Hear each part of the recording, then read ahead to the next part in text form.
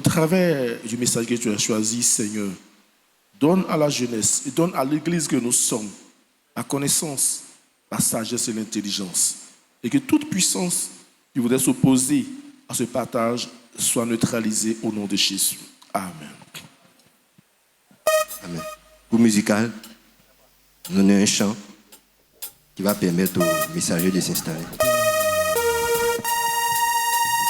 Gloire à Jésus.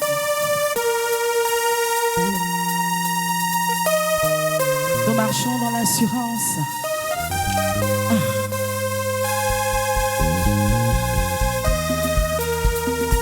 Est-ce qu'on peut battre les mains? Ouais. Ah, sens-toi libre.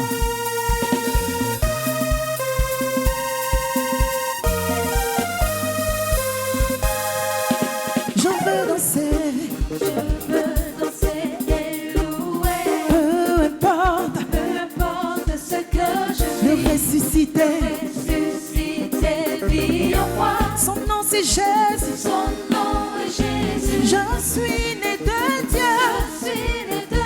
Je suis victorieux. Je suis né pour influencer. Rempli du Saint-Esprit. Oh. Oh, oh, oh.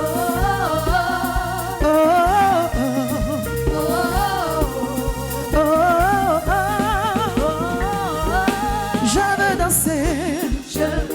danser et louer. Peu importe. Ah, tu restes assis. Le ressuscité vit en son nom c'est Jésus.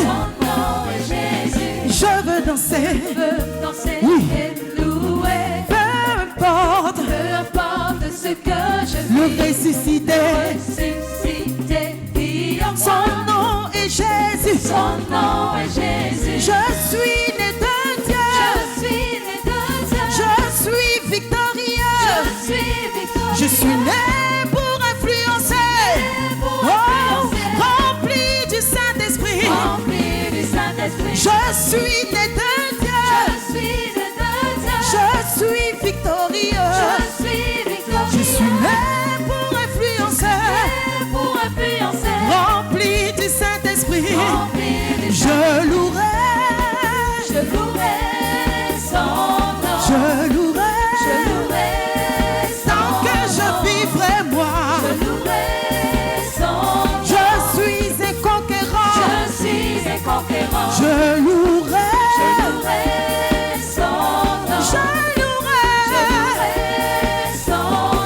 louerai son nom. Je suis un conquérant.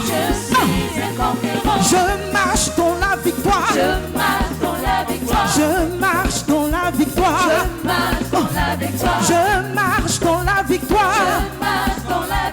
Je marche dans la victoire. Je vais de gloire en gloire. Je vais de gloire en gloire. Je vais de gloire en gloire. Oh, je vais de gloire en gloire.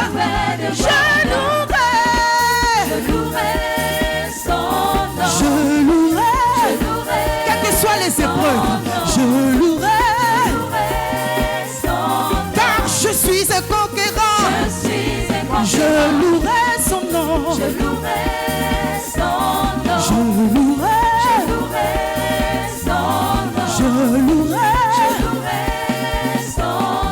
Je suis un conquérant. Déclare toute âme forgée. Toute âme contre dis ça. Et nul est sans effet. Le ressuscité.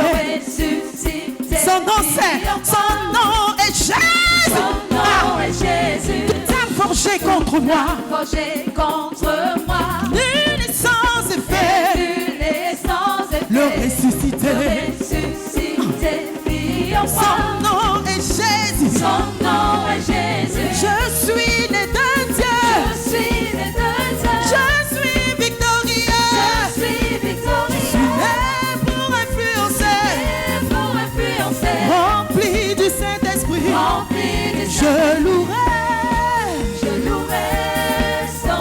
nom. Je louerai son nom. Je louerai suis un conquérant. Je suis un conquérant. Je louerai. Tant que je vivrai, je louerai. Quelles que soient les circonstances. Je louerai son nom. Je suis un conquérant. Je suis un conquérant. Gloire à Jésus. Gloire au Seigneur Jésus. Gloire au Seigneur Jésus.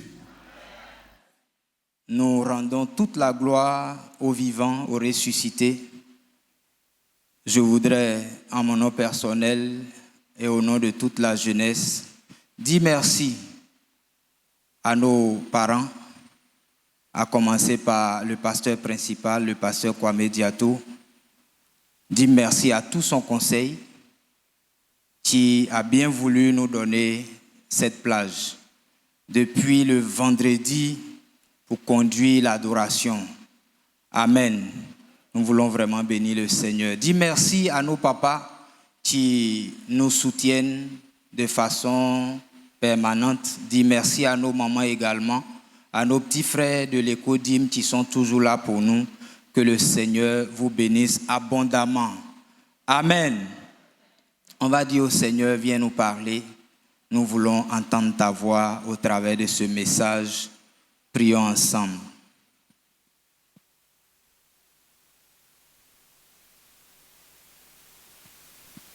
Notre divin propriétaire, merci. Toi qui as toujours quelque chose à nous dire, à nous conseiller. Nous voulons que ce message soit pour nous un moment où tu nous fortifies, un moment où tu donnes à quelqu'un d'entendre ta voix et de venir à toi. Merci Seigneur, au nom de notre Seigneur Jésus. Amen. Nous sommes encore là à la fête de la jeunesse et le Seigneur certainement a une parole pour nous. Notre message de ce matin a pour titre « La marche avec Jésus, un long voyage, se débarrasser de sa cargaison pour s'en sortir. »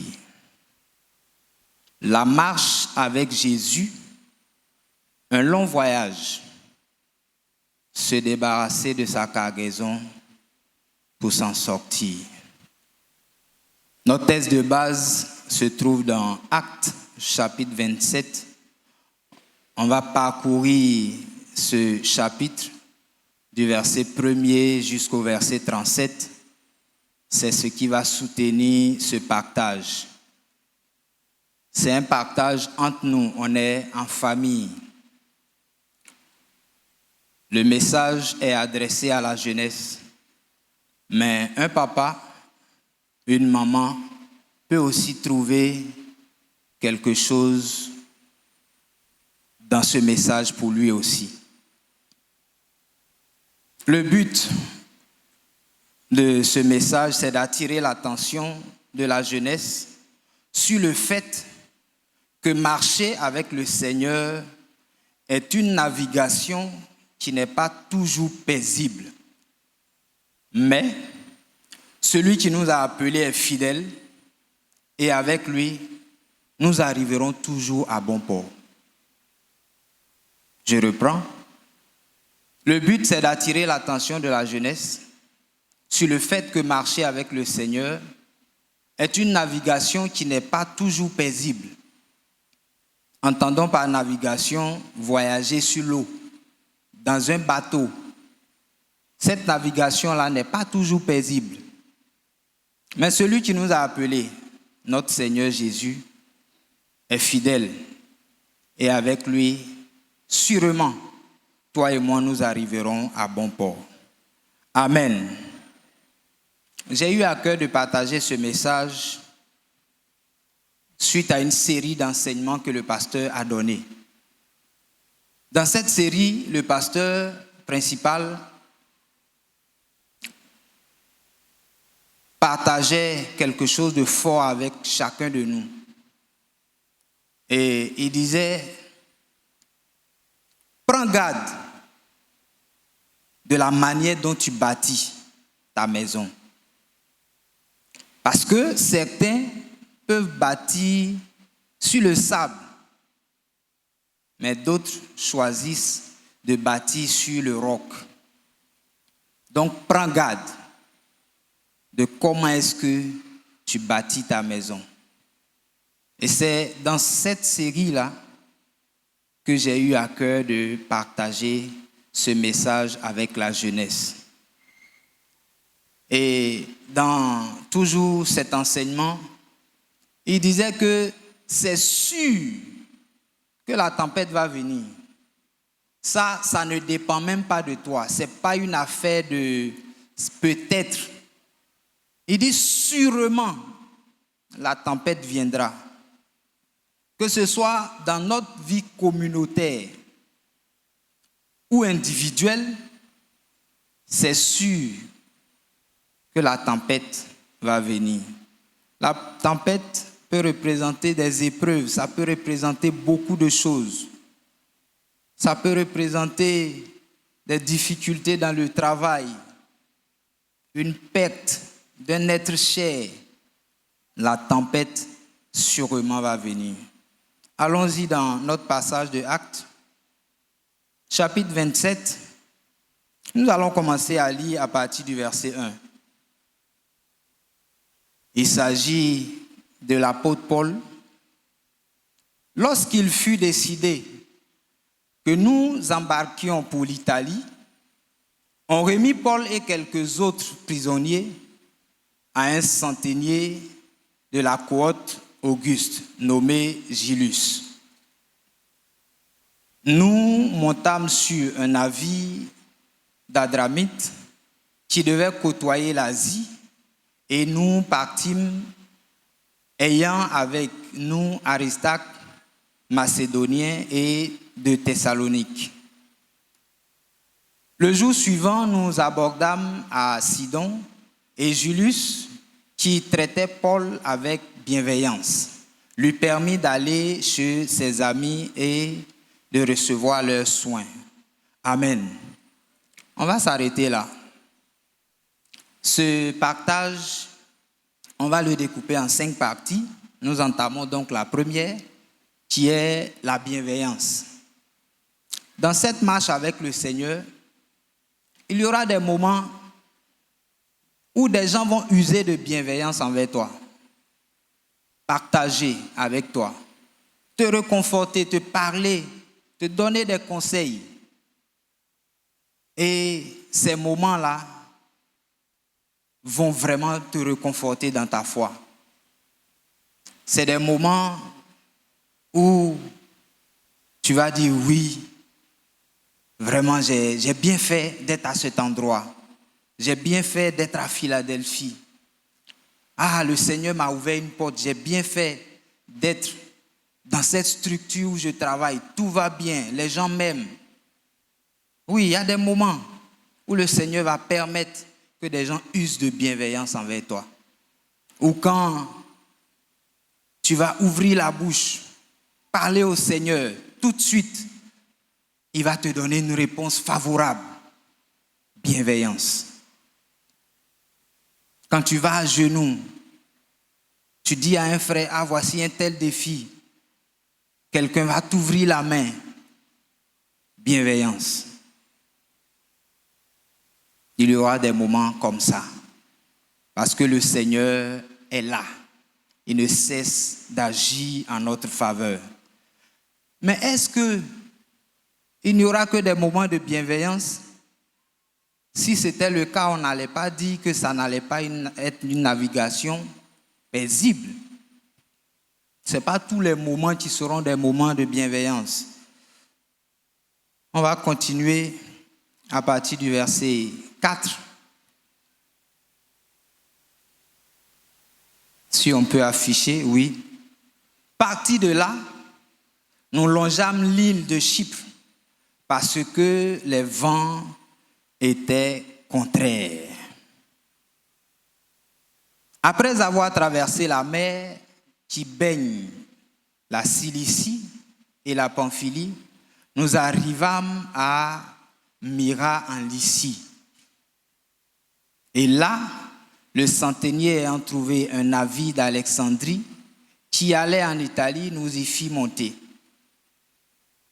Pendant plusieurs jours, nous naviguâmes lentement et ce ne fut pas sans difficulté que nous atteignîmes la hauteur de Snid, où le vent ne nous permit pas d'aborder. Amen. Voici Paul. Certainement, tu connais l'histoire. Paul devait comparaître à Rome. Et donc, dans ce bateau-là, avec plusieurs autres prisonniers, ils sont en train d'aller à Rome. Notre titre, on a assimilé notre marche avec le Seigneur à une navigation. Paul et ses co-détenus sur l'eau sont en train de naviguer pour aller à Rome.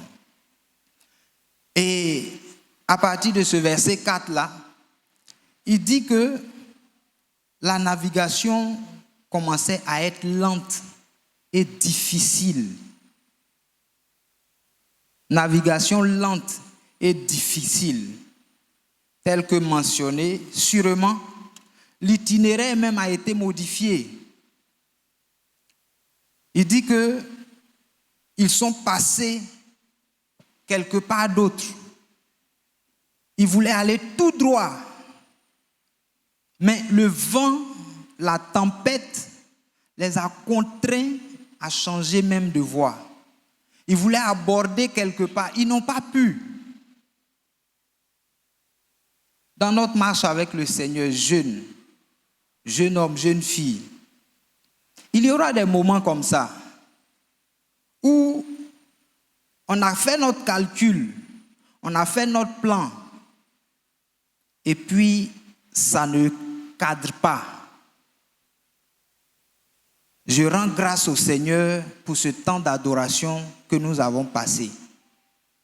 Mais je disais au Seigneur dans l'adoration, mais tu es en train de nous donner déjà le message.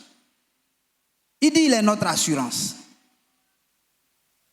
Il dit que quand le vent va venir et que tu t'es fixé des objectifs, et puis il te semble que tu ne vas pas y arriver, il dit qu'il est ton assurance.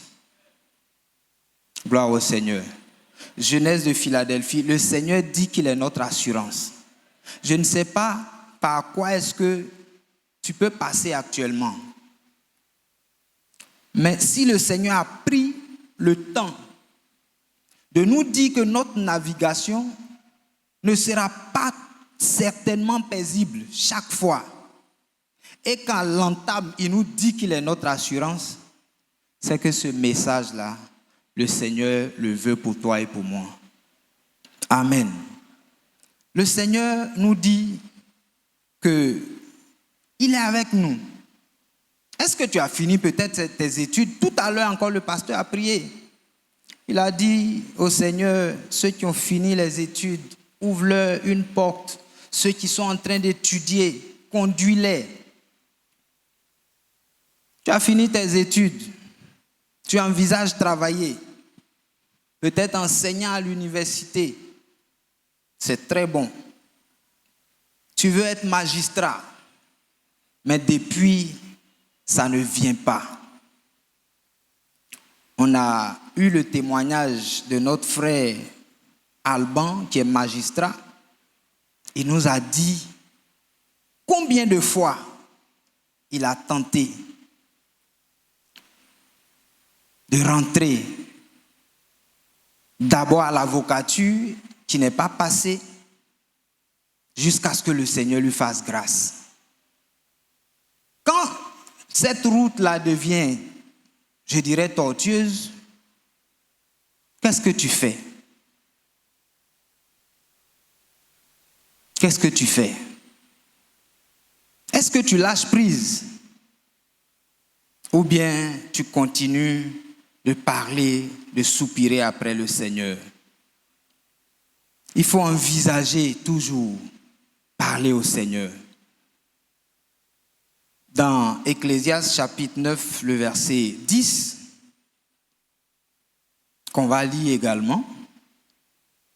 Ecclésiaste chapitre 9, le verset 10.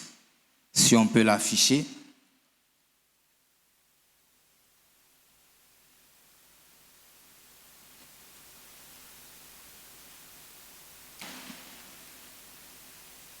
Donc, si tu as fini tes études et que depuis, là où tu veux rentrer, la porte n'est pas encore ouverte, voici ce que le Seigneur dit. Tout ce que ta main trouve à faire avec ta force, fais-le. Car il n'y a ni œuvre, ni pensée, ni science, ni sagesse dans le séjour des morts où tu vas.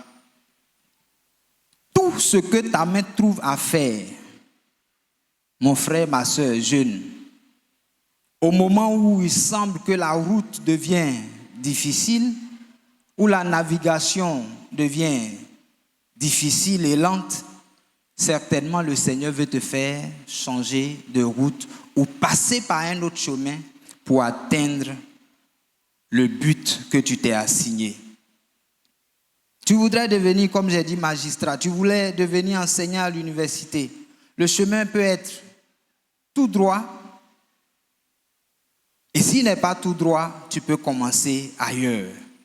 Tu peux mettre plus de temps sur le chemin que tu avais tracé. Tu t'es dit que peut-être ça allait être une affaire d'une semaine, de 2 semaines, d'1 mois.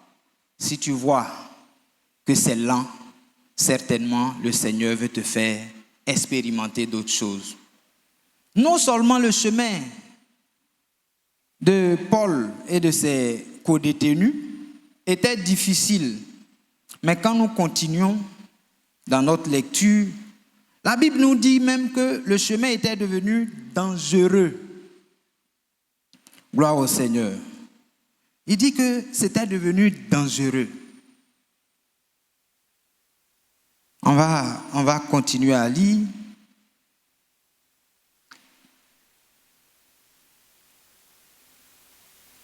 Et là, le centenier ayant trouvé un bateau d'Alexandrie qui allait en Italie, nous sommes au verset 6, pendant plusieurs jours, nous naviguâmes lentement et ce ne fut pas sans difficulté que nous atteignîmes la hauteur de Snid, où le vent ne nous permit pas d'aborder.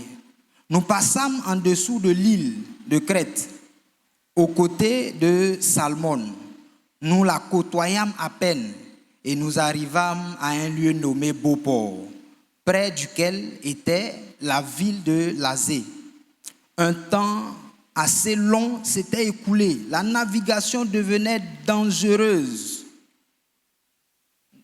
Navigation dangereuse. Le pasteur nous a dit tout à l'heure, il a parlé de lorsqu'il a accepté le Seigneur, son père l'a rejeté. Ça peut arriver à chacun de nous. Navigation dangereuse.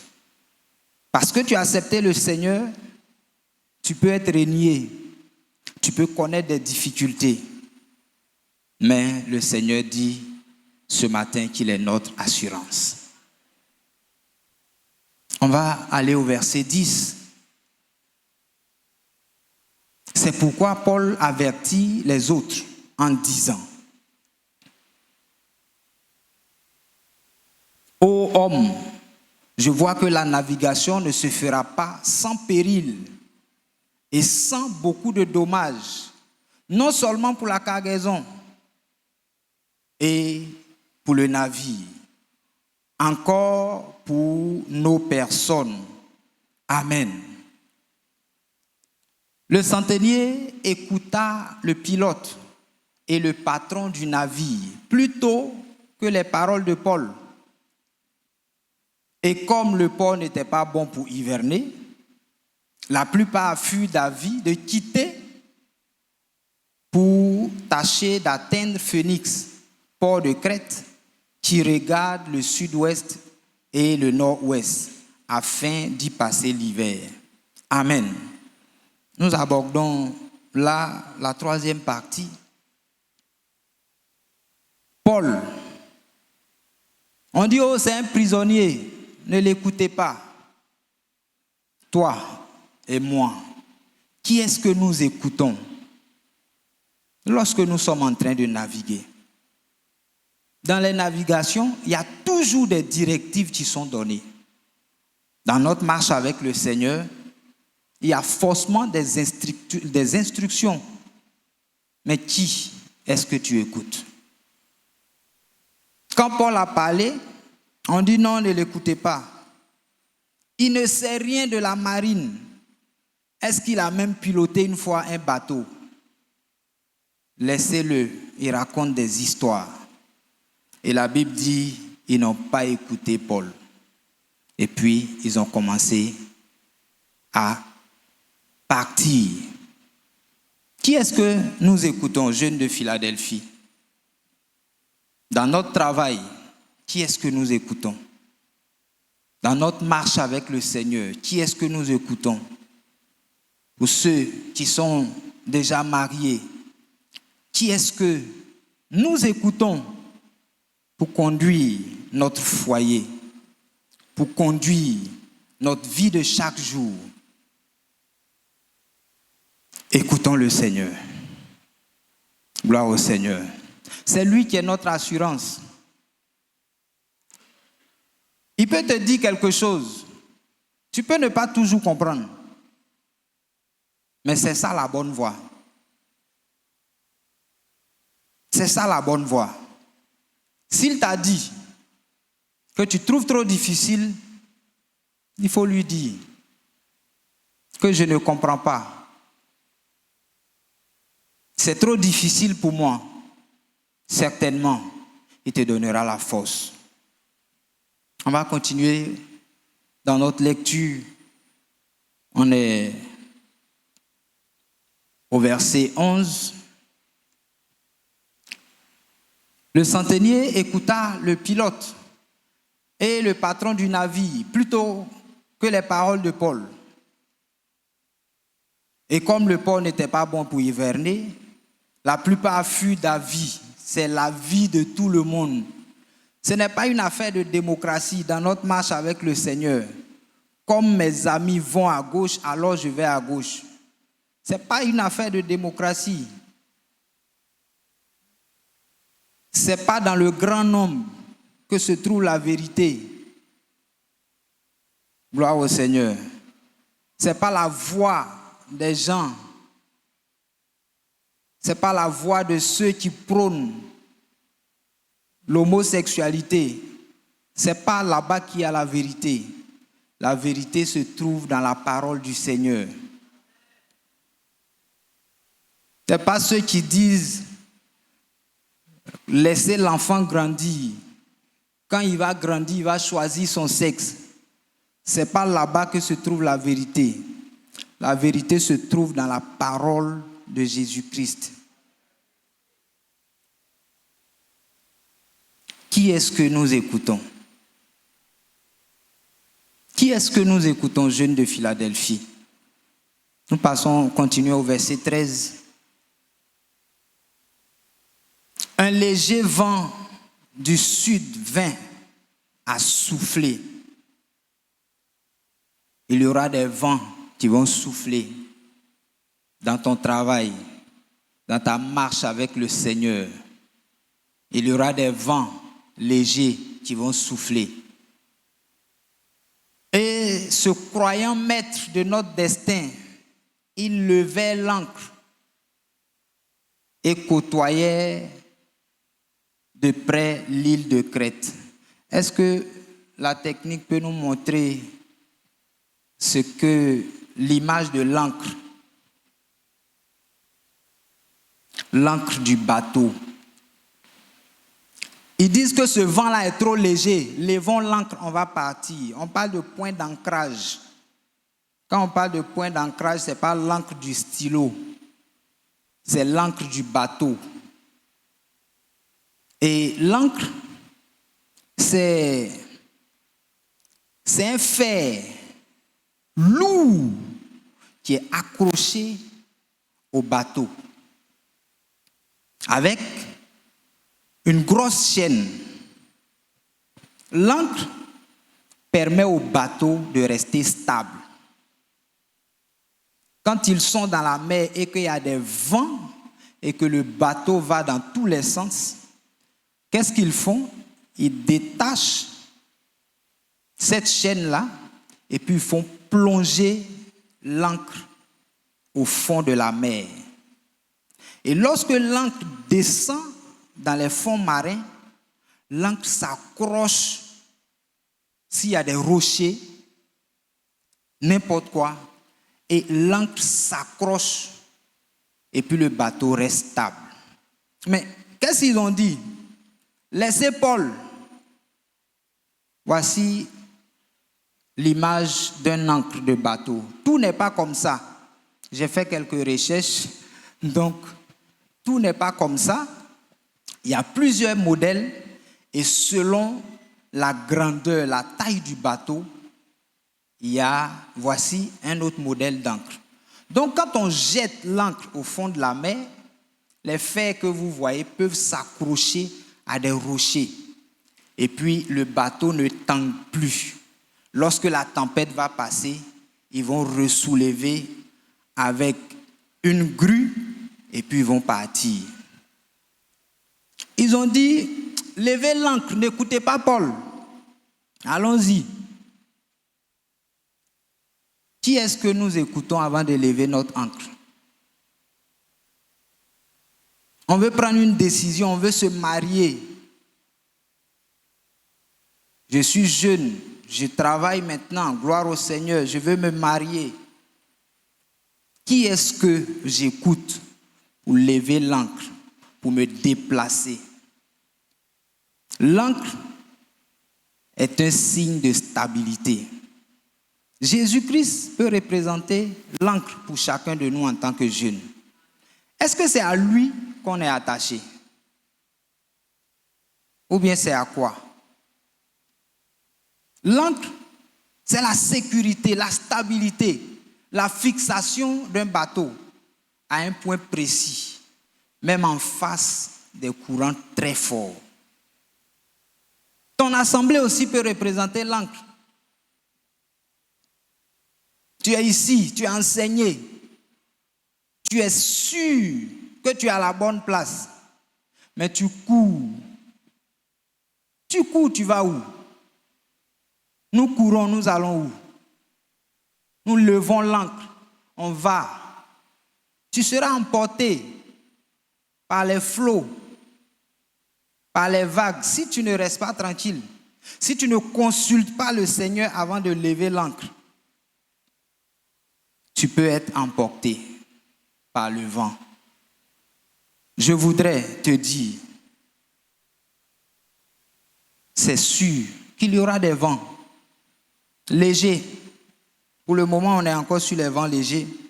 Et quand ces vents-là viennent, sur qui nous comptons? Est-ce qu'on se précipite pour lever notre ancre, pour dire, oh, allons-y, parce qu'il y a tel. Si je ne fais pas telle chose, je vais manquer cette opportunité. Et puis on court. Les épreuves de la vie peuvent représenter des dangers. Dans le psaume 34 au verset 20, la Bible dit, le malheur atteint souvent le juste, mais l'Éternel l'en délivre toujours. Est-ce que quand une situation difficile arrive, tu lèves l'ancre? Jésus, ton affaire là, c'est devenu trop compliqué. Et puis on s'éloigne de lui. Si c'est ce que je faisais ou c'est ce que nous faisons, non. Ne levons pas l'ancre aussitôt. Parce que c'est Jésus-Christ qui va nous donner la stabilité. Tu as choisi Jésus, sache qu'il est là. Face au vent léger, souvent, on fait nos petits calculs. Dans le message que le pasteur est en train de nous donner, la série sur la prière, il parle très souvent de petits calculs. Je vais faire telle chose, je vais faire telle chose. Oh, comme j'ai tel montant, je pense que ça peut régler l'affaire. Vent léger, je fais mes calculs. Ce n'est pas toujours évident que tes petits calculs puissent tenir quand il y aura le vent. Je parle tantôt sur le plan personnel, tantôt sur le plan communautaire. Papa Messa vient d'intervenir, jeune de Philadelphie. Voici notre temple qui est bâti. Le Seigneur nous a dit que ma maison sera appelée une maison de prière. Est-ce que nous sommes prêts dans cette navigation? Est-ce que nous nous attachons à l'ancre Jésus-Christ pour mener ce voyage? Cette mission qui est la nôtre, qui vient d'être encore révélée par nos parents, ils disent qu'ils ont bâti cet édifice. Nous commençons ici et nous nous projetons dans l'avenir. Est-ce que nous sommes prêts à faire cette navigation avec le Seigneur? Est-ce qu'on va accrocher notre chaîne à l'ancre Jésus-Christ pour pouvoir arriver à bon port? Quand le bateau, le vent va commencer à venir, est-ce qu'on va dire ensemble, calmons-nous, calmons-nous, accrochons-nous à l'ancre. Quand le vent va se calmer, on va continuer. Ou bien on va dire, comme les autres s'en vont, allons-y. Notre mission est grande. Jeunes de Philadelphie, notre mission est grande. Il nous faut nous accrocher à l'ancre Jésus-Christ. Il nous faut lui parler quand le vent va souffler. Sur ordre de qui nous levons l'ancre. Nous continuons au verset 13.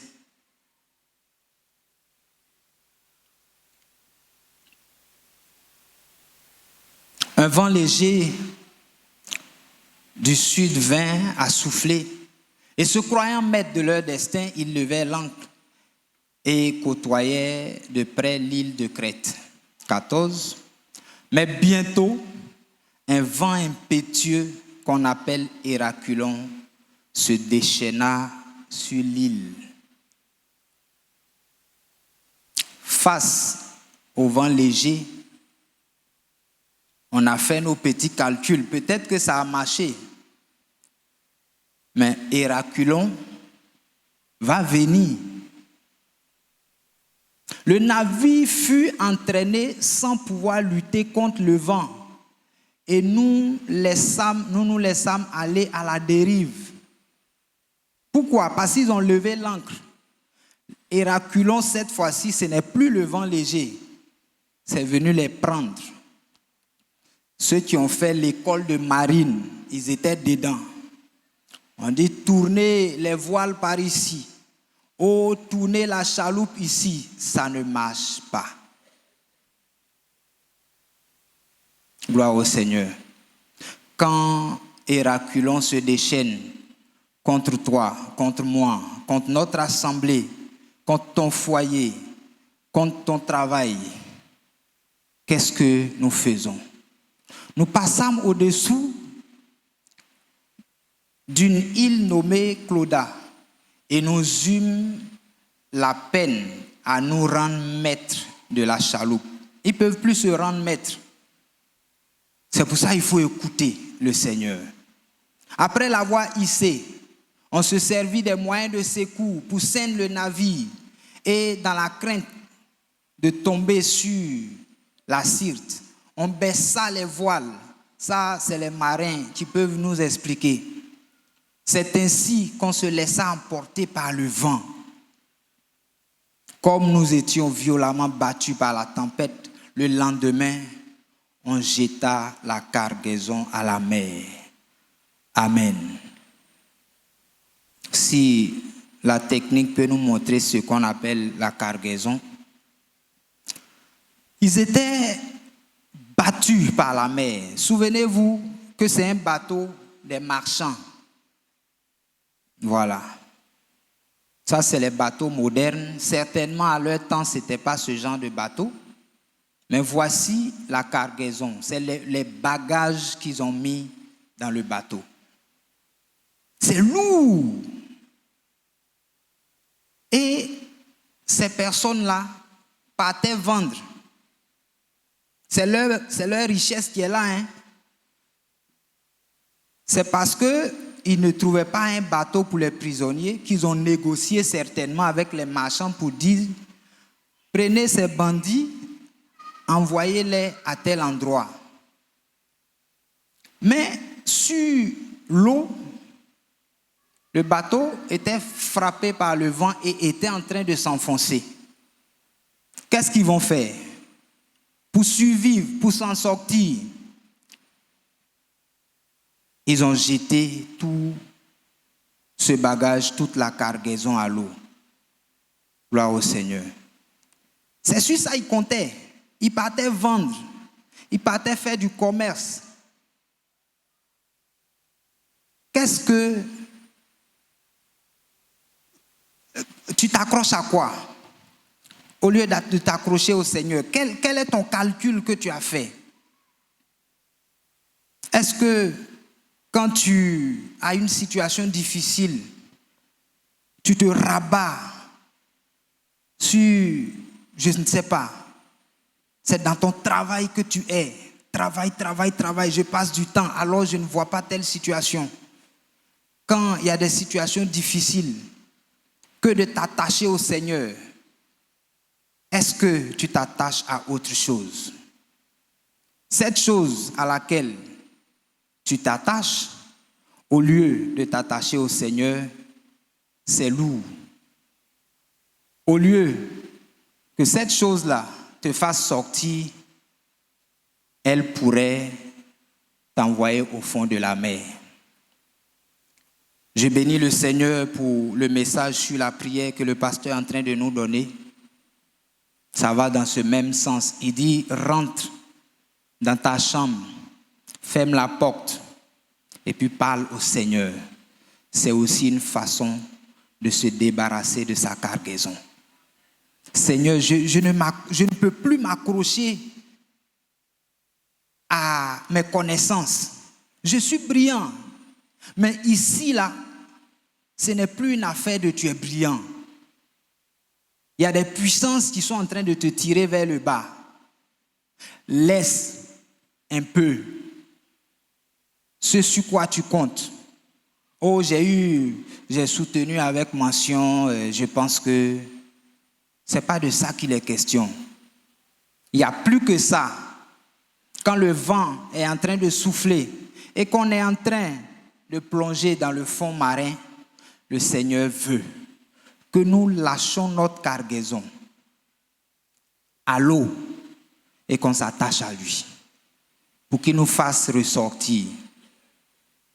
Quand on a fait nos calculs et qu'on est dos au mur et qu'on voit qu'on ne pourra pas s'en sortir, que Héraculon est en train de nous envoyer à la dérive, une seule solution: lâcher notre cargaison, laisser le gouvernail. On a trop lutté avec le Seigneur. On lutte, je vais dire le volant. On lutte avec le Seigneur. Il veut qu'on lui laisse nous conduire à bon port. Gloire au Seigneur. Notre chemin est trop long. Est-ce que quand nos papas nous parlent, souvent, vous n'avez pas peur de la grande mission qui nous attend? Est-ce qu'on y arrivera? Oui. Pourquoi? Parce que le Seigneur est notre assurance. Il dit, quand le vent va souffler, appelons-nous, frères, sœurs, jeunesse, papa, maman, venons. Il y a danger. Arrête de t'accrocher à ce que tu crois être trop bon, trop puissant.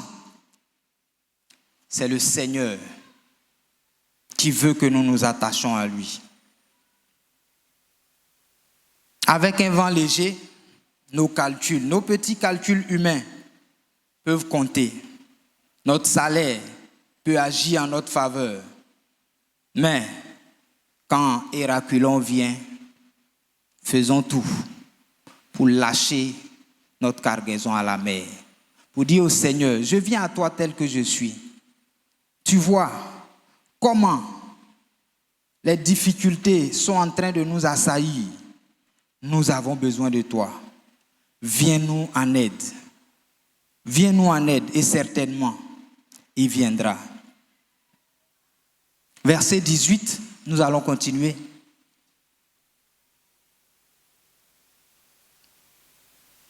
Comme nous étions violemment battus par la tempête, le lendemain, on jeta la cargaison à la mer. Et le troisième jour, nous y lançâmes nos propres mains, les agrès du navire. Le soleil et les étoiles ne parurent pas pendant plusieurs jours, et la tempête était si forte que nous perdîmes toute espérance de nous sauver. On s'arrête au verset 20. Ils ont lâché la cargaison, mais ils ne sont pas sortis aussitôt. Ils ont encore fait 3 jours dans l'eau. Ils n'ont pas vu le soleil. Gloire au Seigneur. Notre part, c'est de dire au Seigneur, nous nous abandonnons à toi. Notre part, c'est de nous accrocher au Seigneur, même si le vent souffle, si la tempête est violente. Elle sera violente, Quand elle sera très violente, rassurons-nous que nous avons lâché notre cargaison. Le reste appartient au Seigneur. Il est notre assurance. Le soleil et les étoiles ne parurent pas pendant plusieurs jours. Et la tempête était si forte que nous perdîmes enfin toute espérance de nous sauver. Nous continuons. Verset 21. On n'avait pas mangé depuis longtemps. Alors Paul, se tenant au milieu d'eux, leur dit, « Ô hommes, il fallait m'écouter et ne pas partir de Crète afin d'éviter le péril et ce dommage. » Tout à l'heure, nous disions, qui écoutes-tu? Il ne faut pas aller te promener. Tu seras à la merci, le pasteur le dit toujours, des féticheurs en costume. Tu seras en péril. Maintenant, je vous exhorte à prendre courage, car aucun de vous ne périra, et il n'y aura de perte que celle du navire. Un ange de Dieu à qui j'appartiens et que je sais m'est apparu cette nuit. Amen. Partout, l'ange est là. Gloire au Seigneur. Partout où tu te trouves, l'ange est là. Ne doute pas un instant, ne doutons pas un instant, jeunesse, que l'ange soit avec nous. Même quand tu ne vois pas l'horizon, l'ange est là. Et m'a dit, Paul, ne crains point, il faut que tu comparaisses devant César. Et voici, Dieu t'a donné tous ceux qui naviguent avec toi. C'est pourquoi, ô hommes, rassurez-vous, car j'ai cette confiance en Dieu qu'il en sera comme il m'a été dit. Mais nous devons échouer sur une île. La 14e nuit, tandis que nous étions ballottés sur l'Adriatique, les matelots, vers le milieu de la nuit, soupçonnaient qu'on approchait de la terre. Amen. Le Seigneur nous conduira à bon port. Gloire au Seigneur. Le Seigneur nous conduira à bon port. Même quand le vent va souffler, il va nous conduire à bon port. Ayant jeté la sonde, il trouvait 20 brasses. Comme j'ai dit, ça c'est les thèmes marins. Un peu plus loin, il la jetait à nouveau et trouvait 15 brasses. Dans la crainte de heurter contre les écueils, il jetait 4 ancres de la poupe et attendit le jour avec patience. Là, ils sont venus jeter 4 ancres. Parce qu'ils ont vu que s'ils ne jetaient pas, peut-être que le bateau allait se fracasser sur la rive. Mais quand ils étaient dans la tempête, quand Paul a parlé, ils ont dit « Tais-toi ». Et l'ancre les a stabilisés. Jésus-Christ nous stabilise. Jésus-Christ nous stabilise. Mais, comme les matelots cherchaient à s'échapper du navire et mettaient la chaloupe à la mer sous prétexte de jeter les ancres de la proue, Paul dit aux centeniers et aux soldats, « Si ces hommes ne restent pas dans le navire, vous ne pouvez être sauvés. » Alors les soldats coupaient les cordes de la chaloupe et la laissaient tomber. Avant que le jour parût, Paul exhorta tout le monde à prendre de la nourriture, disant, « C'est aujourd'hui le 14e jour que vous êtes dans la tempête et que vous persistiez à vous abstenir de manger. » Là, ça fait 14 jours qu'ils sont en difficulté, quelle que soit la longueur des tempêtes. Jeunesse de Philadelphie, si nous prions au Seigneur, si nous l'écoutons, certainement, il va nous faire sortir. Il va nous faire voir l'autre rive. Avant que le jour ne parût, Paul exhorta tout le monde à prendre de la nourriture, disant, c'est aujourd'hui le 14e jour que vous êtes dans l'attente et que vous persistiez à vous abstenir de manger. Verset 34. Je vous invite donc à prendre de la nourriture, car cela est nécessaire pour votre salut. Et il ne se perdra pas un cheveu de la tête d'aucun de vous. Ayant ainsi parlé, il prit du pain et après avoir rendu grâce à Dieu, devant tous, il le rompit et se mit à manger. Ah, c'est Paul qui prend le devant des choses. Et tous, reprenant courage, mangeaient aussi. Le dernier verset 37. Nous étions dans le navire 276 personnes en tout. Amen. Ils ont repris du courage. L'ange était là avec eux dans la tempête.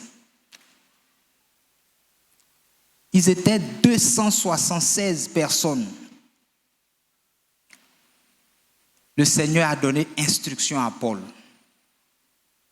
Je voudrais te dire et me dire à moi-même aussi, je ne suis pas venu te donner un message où moi je suis exempt et puis je te pointe du doigt. Non, c'est nous, la jeunesse. Notre chemin certainement sera parsemé d'embûches. On va naviguer, il y aura des vents légers. Écoutons le Seigneur. Avant de prendre une décision, de lever l'ancre, ne disons pas, n'écoutez pas. Écoutons le Seigneur. Ne te promène pas, ne cours pas partout. Tu risques de tomber dans un ravin. Gloire au Seigneur. On va prendre Jean chapitre 16, le verset 33, qui sera notre dernier verset. Jean 16, 33. C'est le Seigneur Jésus qui parle. Je vous ai dit ces choses afin que vous ayez la paix en moi. Vous aurez des tribulations dans le monde, mais prenez courage, j'ai vaincu le monde. Amen. Accepter Jésus ne va pas t'exonérer des tempêtes. Dire oui à Jésus ne va pas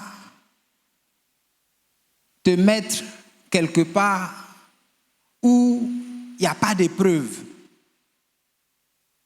Mais l'assurance, c'est que celui qui nous a appelés a vaincu le monde. L'assurance que nous avons, c'est que lui-même, il dit qu'il est notre assurance. Il n'est pas là pour dire « fais ». Je te regarde. Il dit « fais comme moi ». Gloire au Seigneur. Il est avec nous. Le Seigneur est avec nous. Il est notre assurance. Des vents légers, comme j'ai dit, vont venir. Des vents forts et violents vont venir.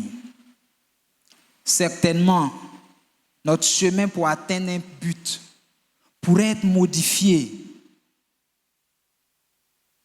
On veut aller tout droit. Mais écoute le Seigneur. Si tu n'arrives pas à aller tout droit, consulte-le.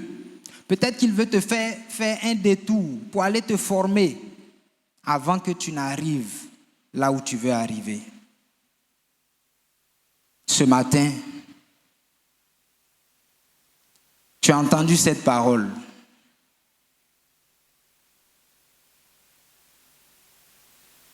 Tu as entendu cette parole. Tu n'as jamais fait la paix avec Jésus.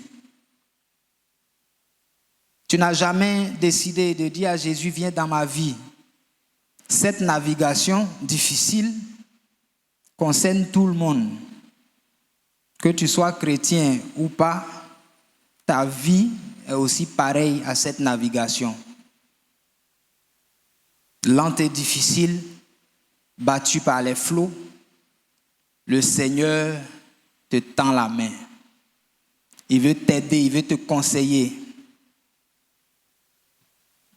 Si tu as écouté ce message et que tu veux avoir l'assurance, tu veux avoir la paix dans ta navigation, tu veux que Jésus rentre dans ta vie pour t'aider, tu veux lui donner ta vie, je voudrais simplement que de là où tu es, tu lèves la main pour le faire savoir.